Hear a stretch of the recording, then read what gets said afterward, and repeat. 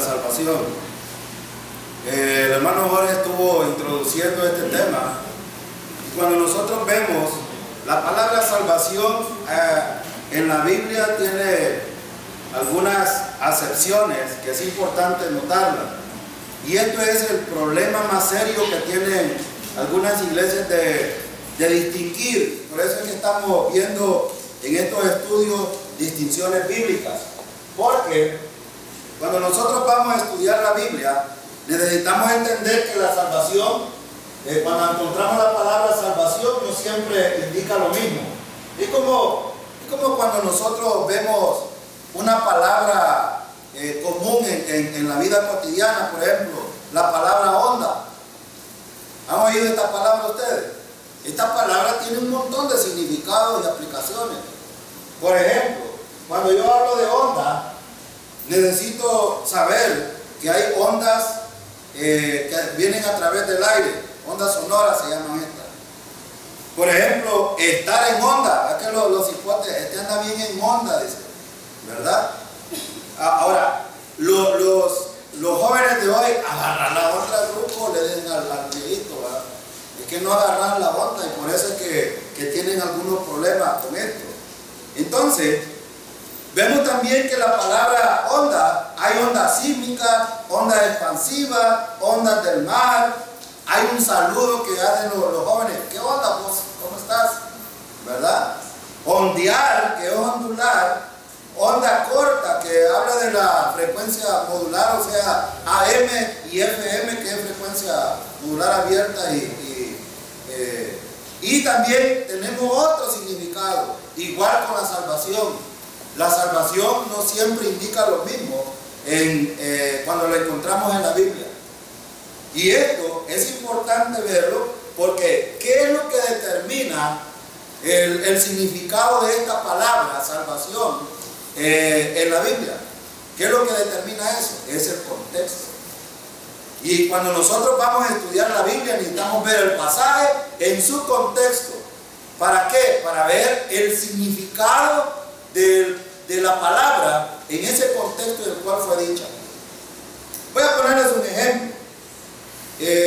Salmos 3, 1 y 2, por ejemplo. Salmos 3, 1 y 2 dice: oh Jehová, cuánto se han multiplicado mis adversarios, muchos son los que se han levantado contra mí, muchos son los que dicen de mí, no hay para él salvación en Dios.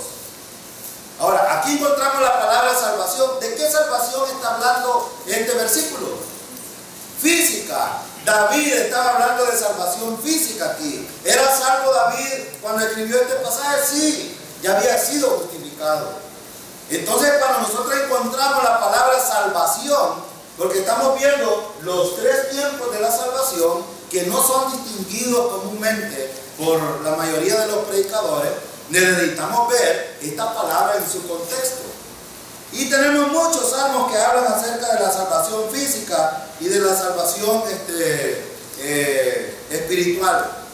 Y también, cuando nosotros vamos a estudiar los tres tiempos de la salvación, necesitamos distinguir tres aspectos importantes. Número 1, justificación.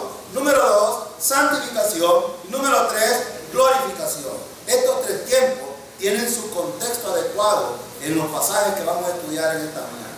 Ahora, si usted ve los tres tiempos de salvación, el hermano Bede introdujo, no sé por qué el Señor nos está llevando a través de estos pasajes que estamos estudiando a tener un encaje de lo que hemos estudiado antes y lo que vamos a estudiar hoy. ¿Qué estudiamos en el estudio anterior? El Evangelio.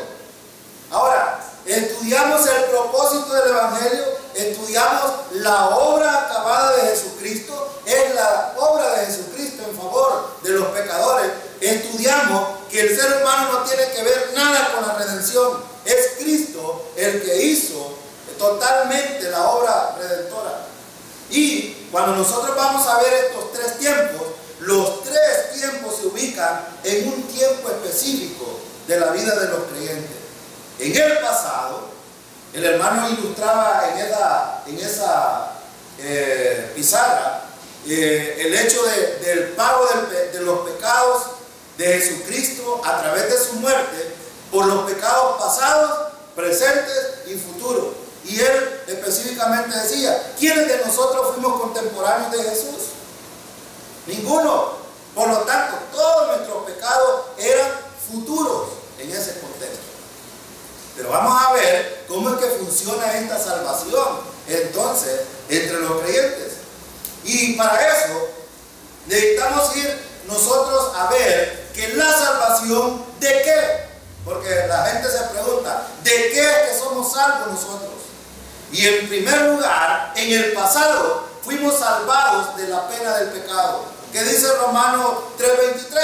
Por cuanto todos pecaron, están destituidos. Y Romanos 6:23 dice, porque la paga del pecado es. Entonces eso significa que hay una sentencia para usted y para mí y para la humanidad. La sentencia de parte de Dios para la humanidad era muerte. Estábamos destinados a la muerte eterna en el infierno. Todos. No hay exclusión. No hay exclusión alguna. Y esto nos llevaba a nosotros al infierno.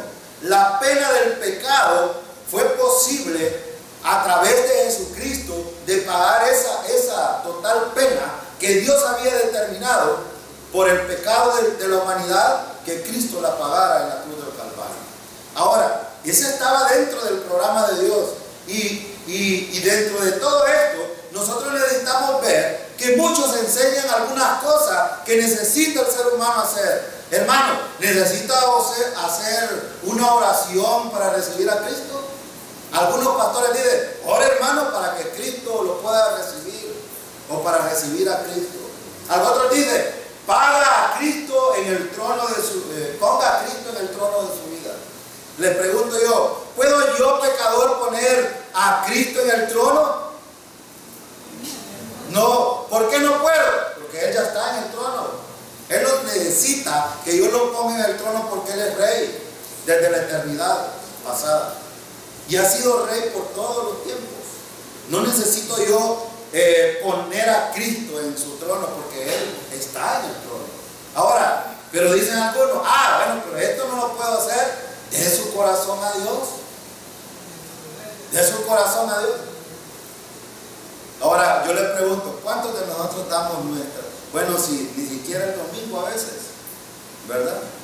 5 horas nos reunimos a la semana nosotros. 5 horas. Pero mucha gente, cuando habla del corazón, está hablando de este músculo, que los sentimientos. La salvación no tiene que ver con sentimientos. No tiene que ver con todas estas cosas. Algunos dicen, abandonen sus pecados. Y por eso es que ven algunos, no, voy a dejar primero mis pecados y después sigo al Señor. Saben que no se puede poner los bueyes y la carreta al revés. El hermano Luis Machuca, que es experto en esto, para poder poner la carreta en los bueyes, necesita poner los bueyes primero enyugados y después la carreta. O sea, cada cosa Dios la puso en su orden. No es que yo me voy a santificar primero para salvarme. Es que debo de salvarme para ser santificado. Es al revés. La gente, cuando habla de abandonar su pecado y acudir a Dios, está hablando de esto, poner la carreta al revés. Un día le dije a mi hermano yo, ¿sabes qué? Estás poniendo la carreta al revés. No, me dijo. Le digo yo, tenés que poner los bueyes y después la carreta. No, me dijo, primero es el yugo. ¿Qué me estaba diciendo él? Primero necesita sacrificarse para poder recibir al Señor. ¿Dice eso la Biblia? Hoy lo vamos a ver. Vamos a ver los pasajes que tienen que ver con la salvación en los 3 tiempos y los vamos a distinguir. Eso es lo que vamos a llevarnos esta mañana. Ahora, otros dicen ahí, arrepiéntase y sea bautizado. Hermano, ¿necesitamos arrepentirnos de nuestros pecados y ser bautizados para salvarnos? No. Ya el hermano Vélez dio una cátedra bíblica acerca de cuál es la única opción del ser humano para salvarse. La oferta es para todos. La obra ya fue hecha. ¿Qué debo ser yo, pecador, con esto? Creer solamente. Y vamos a ver esos frutos. Algunos dicen, los sacerdotes generalmente están diciendo, niéguese a sí mismo, tome su cruz y siga a Cristo. ¿Y algunos hacen esto? Sí. Ahí vemos monjitas, por ejemplo, bien vestidas, se apartan, hacen un montón de sacrificios. Bueno, son tantos que hasta el salario entregan a la superiora para que ella les administre y les dé solo lo que necesita. Ellas se despojan de todo, pero ¿significa que eso las va a llevar al cielo? No. Entregue su vida a Cristo, porque no le entregamos 5 horas a la demás, le vamos a entregar la vida al Señor. Bueno, y otro, invite a Jesús a entrar en su corazón. No he hallado un versículo en la Biblia donde diga acerca de esto, invitar a Cristo a entrar en su corazón. Déjeme decirle algo, cuando usted ha puesto su confianza en el Señor, Él entra. Y no hay cosa ni de sentimiento, porque algunos dicen, hermano, cuando el Señor, el Espíritu Santo me selló, sentí un fuego que venía cayendo sobre mí. Es mentira, hermano. Esos solo son artimañas del maligno hablando a través de un ser humano para engañar y arrastrar a la gente con falsos evangelios, con otros evangelios, como decía Pablo en Gálatas capítulo 1. Entonces no se trata de eso. ¿Qué es el evangelio entonces? El evangelio, hermano, es que usted es pecador. Hay una barrera entre usted y Dios. Dios es santo y Dios no tiene nada que ver con el pecado. Y por lo tanto nuestra realidad es que no podemos tener una relación con Él a menos que esa barrera de pecado sea destruida. Y lo que la gente hace, alguna gente se bautiza, alguna gente asiste a la iglesia, alguna gente ama al prójimo, alguna gente dice que obedeciendo los 10 mandamientos es la única manera de ser salvo, y a otros los ritos, etcétera, etcétera. Pero saben, la Biblia dice lo contrario. Dice que el único que pudo derribar la barrera que separaba al ser humano entre Dios fue Jesucristo. Y Cristo lo hizo en la cruz del Calvario, muriendo por nuestros pecados, pasados, presentes, futuros. Todos nuestros pecados fueron llevados en la cruz, y por lo tanto Él derribó esa barrera que nos separaba entre Dios y nosotros, y ahora tenemos acceso directo al Señor. Ahora pregunto, ¿solo los que hemos creído tenemos acceso al Señor? Porque aquí hay otra cosa confusa. ¿Puede cualquier pecador venir al Señor a través de este sacrificio de Cristo en la cruz? Claro que sí, está disponible para todos. El hermano Veda hablaba de un hombre que yo he puesto de ejemplo aquí, porque la gente lo ha discriminado totalmente. Los mismos hermanos, él era pastor y el hermano tomó su lugar, y ahora el hermano le dijo, ¿sabes qué? Estás condenado, estás condenado. Yo he ido y lo he visitado como 3 veces y hemos hablado, y ahora este hombre dice que, bueno, estaba totalmente confundido porque no había entendido que la salvación no depende de lo que yo hago. La salvación depende de lo que Cristo hizo. Esa barrera, hermano, que nos separaba, esa penalidad que había sobre nosotros, ya fue destruida totalmente, y todos tenemos acceso. Ahora, en la corte del cielo, Jesús fue declarado culpable de los pecados del mundo. Todos los pecados del mundo fueron llevados en la cruz del Calvario. Ahora, no hay ni tan solo uno. ¿Sabe cuál es el problema, mi hermano? Es que tus pecados no te los perdonas tú, pero Dios ya te los perdonó en la cruz del Calvario. Y por eso es que algunos de nosotros todavía andamos cargados con esos pecados pasados. Y es más, temo decirle de que algunos, aún los que no han cometido, ya nos andan asediando y cargando. Esto no es posible. La penalidad del pecado por el ser humano fue totalmente hecha en la cruz del Calvario. Ya no debe de tener lugar ningún problema en tu mente acerca de esto. El juez justo declaró culpable, fíjense bien, declaró culpable a un inocente en favor nuestro.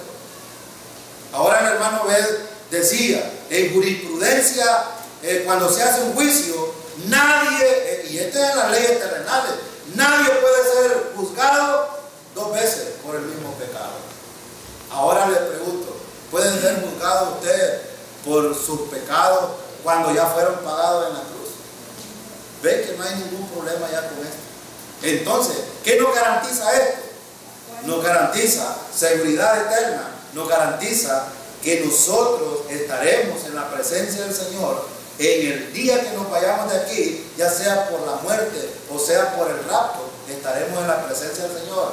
No porque hayamos sido grandes chuladas de personas, porque no lo merecíamos. La gloria es para aquel que pagó en la cruz del Calvario en nuestro lugar. Esa es la gloria que debemos de... Y por eso Pablo dice que debemos de gloriarnos en el Señor, porque Él fue el que hizo la obra que nosotros no podíamos lograr hacer.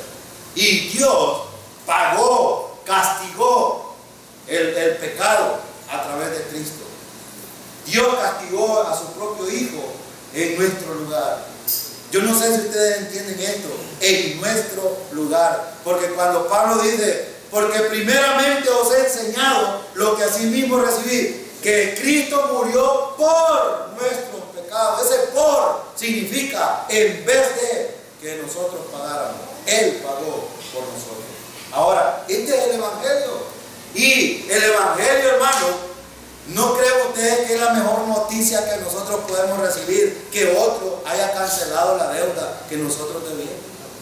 Es lo mejor. Usted ya no le debe absolutamente nada al Señor, hermano, en relación al pecado. ¿Por qué? Porque ya fueron cancelados. ¿Saben que cuando alguien venía al mercado del pecado a pagar, a comprar un esclavo, decía unas palabras importantes que se dice tetelestai, que quiere decir consumado es o pagado ha sido. Y ellos daban un certificado. Por eso es que el Evangelio es la buena noticia de que alguien pagó por nosotros y que ese certificado de la deuda que nosotros debíamos ha sido cancelada. Yo no sé si usted iría al supermercado después de haber cancelado una factura a volverla a cancelar. ¿Cuántos de ustedes irían? Yo no. ¿Por qué? Porque ya ha sido cancelada. Y la deuda nuestra fue cancelada en la cruz del Calvario. Y la fe, que es algo que todos los seres humanos tenemos, no es algo que Dios nos da, porque algunos por ahí dicen que si Dios le da fe a alguien y puede creer en Cristo, entonces puede ser salvo. Esto no es cierto, hermano. No es cierto, porque si entonces Dios es culpable de aquellos que van al infierno, y Dios, la responsabilidad es de Dios, no del ser humano. Y aquí hay algo importante que quiero decir. Es su fe, es su confianza, es su dependencia en esta verdad, es la que lo salva. No es Dios. Dios ha dispuesto la salvación como un regalo para todos los seres humanos. Ahora, es usted y yo si lo recibimos o lo desechamos en realidad. Ahora, cuando vemos entonces los 3 tiempos de la salvación, nosotros necesitamos saber que la paga del pecado fue por los pecados pasados, presentes y futuros. Todos han sido pagados de una vez y para siempre. ¿Y me puede decir un versículo, hermano? ¿Hay algún versículo que declare esto? Porque algunos, probablemente ahí en internet nos pueden decir, bueno, ¿y en qué se basan ustedes para decir que todos los pecados fueron pagados? Tengo un versículo para decir, Colosenses 2:13. Colosenses 2:13 dice que estando nosotros muertos en la incircuncisión de nuestra carne, Él nos dio vida juntamente, perdonándonos todos los pecados. Cuando nosotros estábamos sin fe, cuando nosotros estábamos sin esperanza, estábamos muertos, había una condenación para nosotros. Cuando eso, y Cristo muere en la cruz, Él pagó todos los pecados. Y por eso es que nosotros hablamos acerca de la salvación totalmente hecha. Y hay cosas importantes que vamos a ver aquí en este estudio. Veamos unos versículos. Ahí lo tienen ustedes en su pantalla. Primera de Corintios capítulo 1, versículo 21. Miren lo que dice Primera de Corintios 1, 21. Vean lo que dice. Pues ya que la sabiduría de Dios, el mundo no conoció a Dios mediante la sabiduría, agradó a Dios salvar a los creyentes por la locura de la predicación. Quiero detenerme en una palabra importante. Quiero que usted observe, porque como este es un estudio, no quiero yo que usted se vaya sin entender estos versículos. Mire, el versículo dice, pues ya que la sabiduría de Dios, hermano, ¿de dónde proviene la acción de salvar a la humanidad? Es de Dios. La sabiduría de Dios dice, el ser humano no puede salvarse, necesito yo intervenir. Dios hace su obra. Pero miren, el versículo dice, el mundo no conoció a Dios mediante la sabiduría. Es decir, el mundo a través de la sabiduría humana no conoce a Dios. Pero a pesar de que Dios sabía de que el ser humano por sí solo no podía entender estas cosas y no podía salvarse, miren lo que dice en la parte siguiente. Agradó a Dios salvar a los creyentes. Aquí hay algo importante en esta expresión. Aquí hay algo importante. Dios está agradado cuando un creyente se salva. Y digo creyente porque ahí lo dice. ¿Quiénes son los que se salvan? Los creyentes. El incrédulo está determinado, y Jesús mismo lo dijo en Juan capítulo 3, versículo 18. El que en él cree no es condenado, pero el que no cree, ya. Que no necesita morir, no necesita esperar que el Señor venga, no necesita esperar el juicio del gran trono blanco. La persona incrédula ya está condenada. Ahora pregunto, ¿puede cambiar si sigue vivo, puede cambiar esta situación en la persona? Claro que sí, puede cambiar. Por eso es importante predicar el Evangelio vez tras vez a las personas, vez tras vez. No hay que dejar de insistir en predicar el Evangelio. Pero fíjate, dice aquí, agradó a Dios salvar. Ahora, pregunto, ¿quién es el que nos salva, hermano? ¿Por qué la gente ha inventado que puede salvarse a sí misma entonces? ¿Y sabe cómo dice Pablo? ¿Por la locura de qué? Porque el Evangelio para uno es locura. Algunos dicen, ¿cómo va a ser posible que yo me salve solo porque Cristo murió en la cruz del Calvario? Y por eso vemos, conozco un sacerdote de allá de mi pueblo.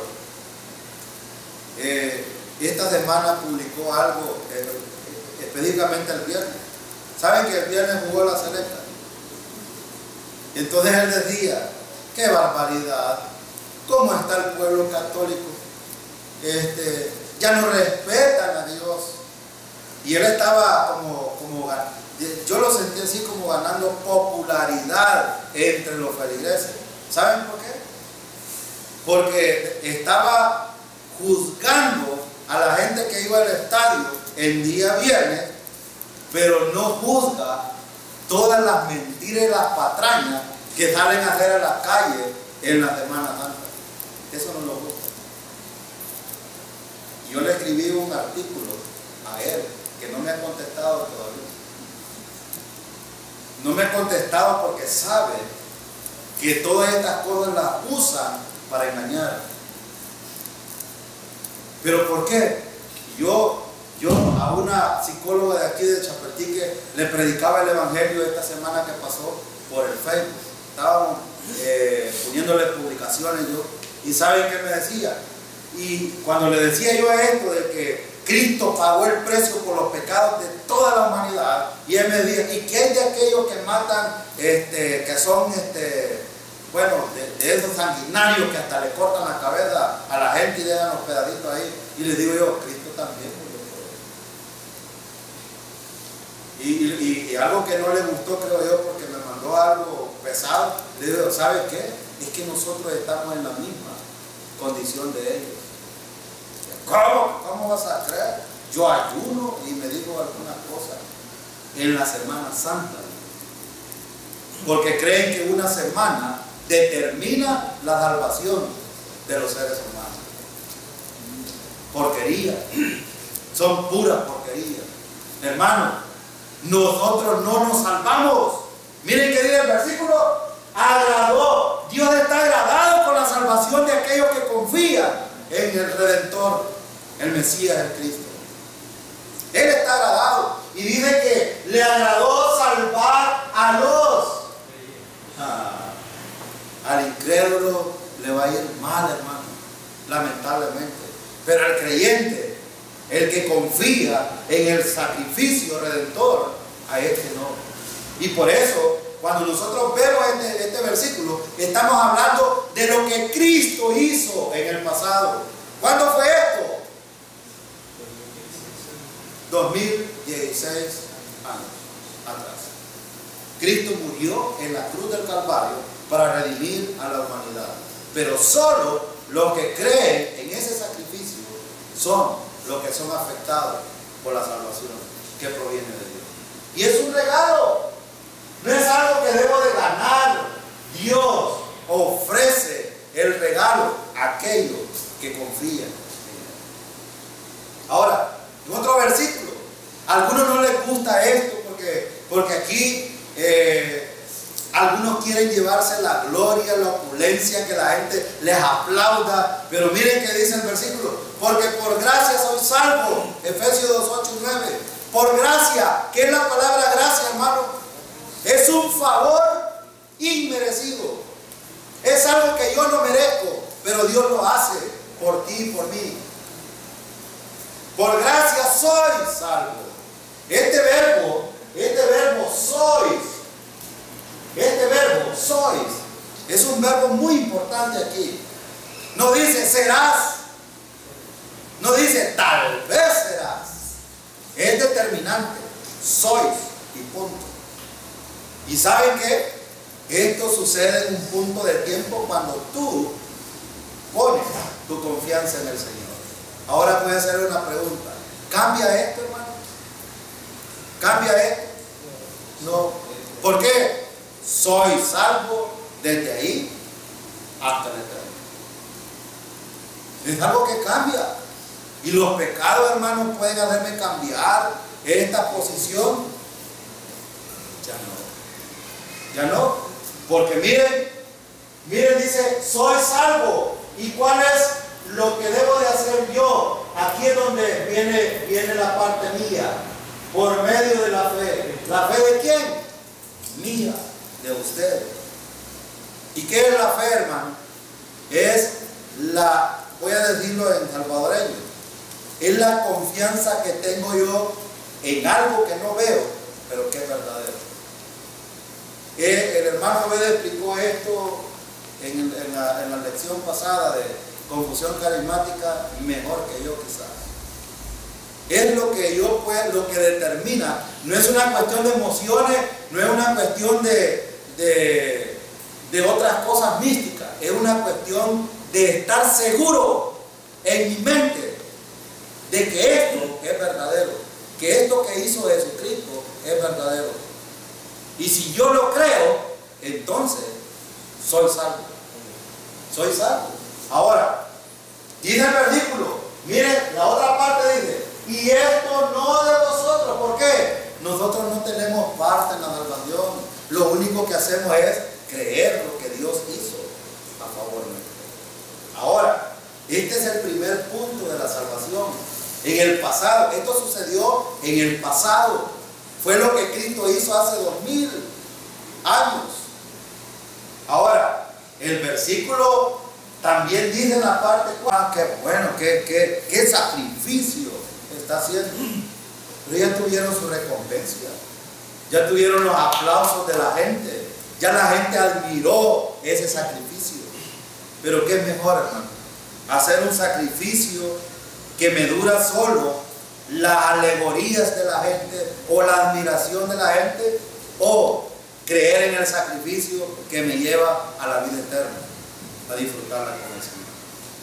Que la gente no quiere nada de esto. Pero hay algo importante aquí. Por eso dice, no por obras para que nadie se gloríe. No es algo que nosotros hacemos porque si no, usted y yo nos sentiríamos orgullosos de la salvación. Y la gente de afuera, ¿saben qué hace? Muchas cosas para salvarse. Entonces, tenemos a Tito 3, 5 y 6. Aquí hay otros versículos que dicen lo que no podemos hacer nosotros para salvarnos y lo que Dios sí hizo para salvarnos. Dice el versículo 5, nos salvó no por obras de justicia que nosotros hubiéramos hecho, sino por su misericordia, por el alabamiento de la regeneración y por la renovación en el Espíritu Santo. ¿Cómo nos salvó el Señor, hermano? Nos salvó no por obras que nosotros hayamos hecho. Nos salvó por su misericordia. Imagínense el amor de Dios, hermano, entregando a su Hijo en la cruz del Calvario para redimirnos a nosotros. ¿Cuánto merecíamos nosotros, hermano? ¿Merecíamos la salvación? No. Y por eso es por misericordia. La misericordia es que Dios nos da algo a nosotros que no merecemos. Lo que merecemos nosotros es la condenación eterna. Porque somos pecadores, hermano. Desde esta persona que está aquí parado frente a ustedes, hasta el Papa o quien le guste, como le guste. Yo le pregunté a una mujer religiosa, ¿será que María no era pecadora? Y me dijo, sí, era pecadora. Que no tuvo para dónde hacerse. Era ser humano María. Nació de un ser humano. Ayer miramos, como no nos acompañan en el instituto ustedes, pero aquí se dieran cuenta de cosas. Bueno, aquí discutimos, hermano, platicamos, hacemos preguntas, comentarios de cómo Dios actuó desde el pasado. Y el hermano Bel enseñaba ayer que cómo a través de Adán, algunos dicen, pero ¿yo qué he hecho si Adán hizo todo? ¿Sí? Y el hermano, yo ayer quedé asombrado con esto, porque él explicaba de que cuando los padres no están seguros de sus hijos, de que es un hijo el que ha nacido de él, pero se lo echan a él, tiene que hacer de una prueba, el ADN. Y él le explicaba de que el ADN, cuando es hijo legítimo, el ADN determina el 99.99% de certeza. Pero si no es hijo, y fui a investigar y es verdad. Yo no sabía. Uno puede decir, si no es hijo, ¿cómo saldría el examen? ¿Cómo saldría, creen ustedes? ¿El 0%? ¿Saben que no? Sale el 90%. ¿Y por qué esto así? Porque en la genética que hemos heredado de Adán, hermano, todos tenemos ese problema. La genética de Adán ha sido transmitida a nosotros de generación en generación. Y por eso el examen es 90% para todos. No hay escapatoria. Por lo tanto, si fuera 0%, hermano, entonces significa que ya daríamos algo. Y daríamos de otro planeta quizás. Pero hermano, esta es la realidad. Los seres humanos estamos en esa condición, pero Dios nos salva, no por lo que hacemos, sino por su misericordia. Qué gracia tan maravillosa, hermano, que no mereciendo algo, a Dios le place ofrecer este regalo infinitamente a toda la gente, si la quiere abrazar. El versículo también dice que el Espíritu Santo tiene una función importante. Cuando una persona cree en Cristo, el Espíritu Santo viene. ¿Y qué hace? Miren lo que dice el versículo. Dice, miren, dice, el lavamiento. El Espíritu Santo hace un lavado. O sea, ¿recuerda cuando Pedro no se quería dejar lavar los pies? Señor, báñame, le digo después. No, Pedro, el que está limpio, ya no necesita solo lavarse. Porque el Espíritu Santo nos lava a nosotros, pero no solo eso hace, nos regenera. ¿Qué regenera, hermano? Nos regenera. Algunos aquí se confunden porque piensan de que esta regeneración significa sin pecado ya. No, no significa eso. Significa que una nueva naturaleza hay en nosotros. Y esa naturaleza es una naturaleza regalada de parte de Dios. ¿Y cuál es esa naturaleza, hermanos? Es la de Dios. Ahora por eso Dios nos identifica a nosotros como hijos de Él. ¿Por qué? Porque el Espíritu Santo, miren, dice tres cosas: lavamiento, regeneración, pero también dice renovación. ¿Quién nos renueva a nosotros? El Espíritu Santo. Esto significa, hermano, que si yo tengo el Espíritu Santo, entonces debo de hablar en lengua, debo de profetizar, debo ya no estar enfermo como algunos los carismáticos piensan esto. No significa eso. Él está hablando de los aspectos espirituales y de nuestra posición que tenemos en el Señor. ¿Quién nos coloca en la posición de Cristo? El Espíritu Santo. ¿Quién nos mete a la familia de Dios? El Espíritu Santo. ¿Y eso cuándo sucede? Bueno, déjeme ilustrárselo. A este punto se le llama justificación. ¿Qué quiere decir la palabra justificación, iglesia? Ser declarado justo o inocente, si usted quiere llamarlo. Delante de Dios ahora, usted y yo, si hemos confiado en Cristo, somos inocentes. ¿Por qué? ¿Por qué, hermano, es así? Porque Cristo pagó por todos los pecados. Somos inocentes. Ahora, ¿cuándo sucede eso, hermano? ¿Cuándo? En un instante de tiempo. En un instante de tiempo. ¿Y cómo es esto, hermano? Solo por la gracia de Dios. No es por algo que yo haga. Déjenme ponerles aquí algo. Quiero explicar un poco cómo es que funciona la justificación. Esto ilustra los tres tiempos, pero déjenme ilustrarle la justificación. Usted nació en un punto de tiempo. El nacimiento físico. Todos hemos nacido en un punto de tiempo. Yo nací en el 74. Ese fue mi nacimiento físico. Pero pasaron años. ¿Y cómo estaba Luis Esperanza en ese tiempo, hermano? Sin esperanza. Condenado. Condenado. Con esperanza de apellido, pero sin esperanza en el Señor. Alguien me molestó a ti, como bueno, pero le doy gracias a Dios que tengo doble esperanza. Bueno, nacemos en un punto de tiempo, pero Cristo en el pasado murió por mí, murió por usted.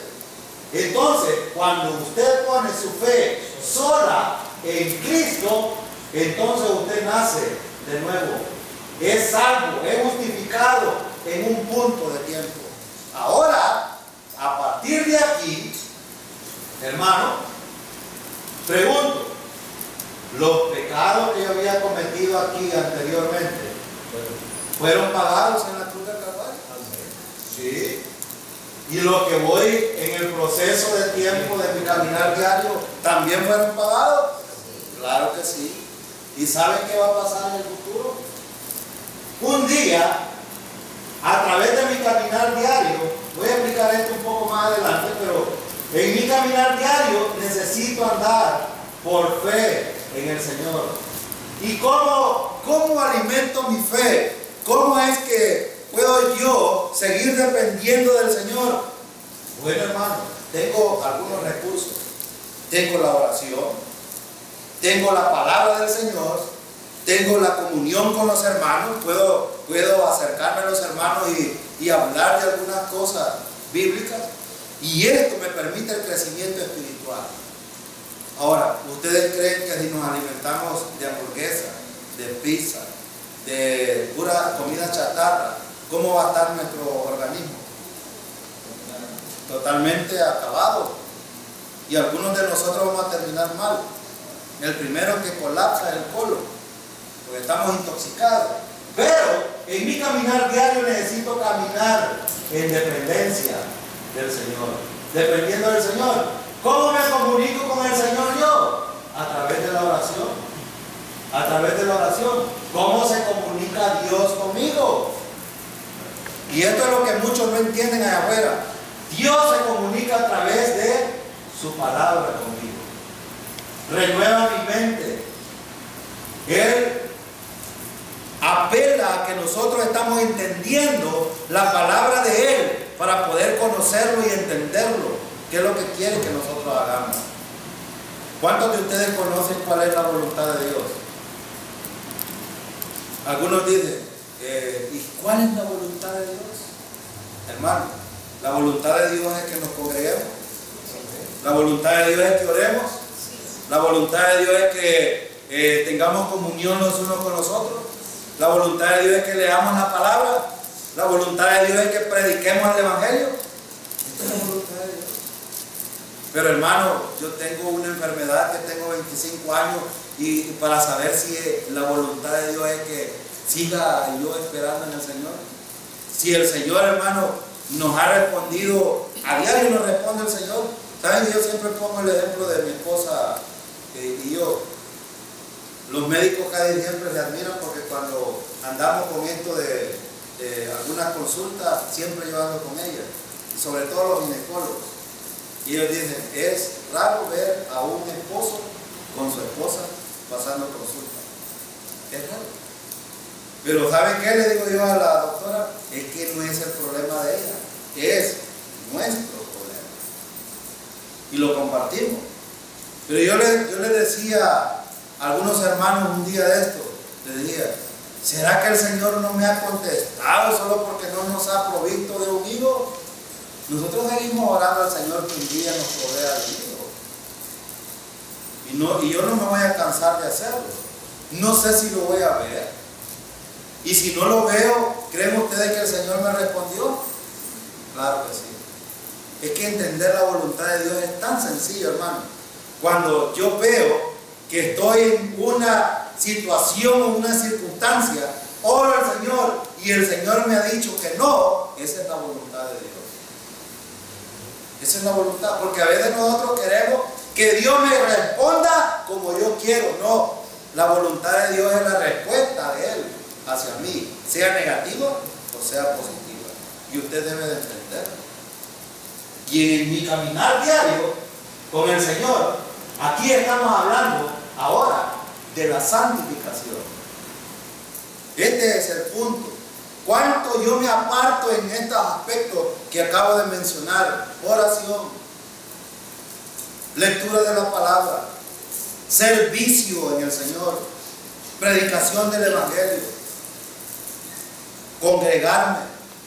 El hermano hablaba de dos cosas que meten en desobediencia a un creyente: el bautismo y la cena del Señor.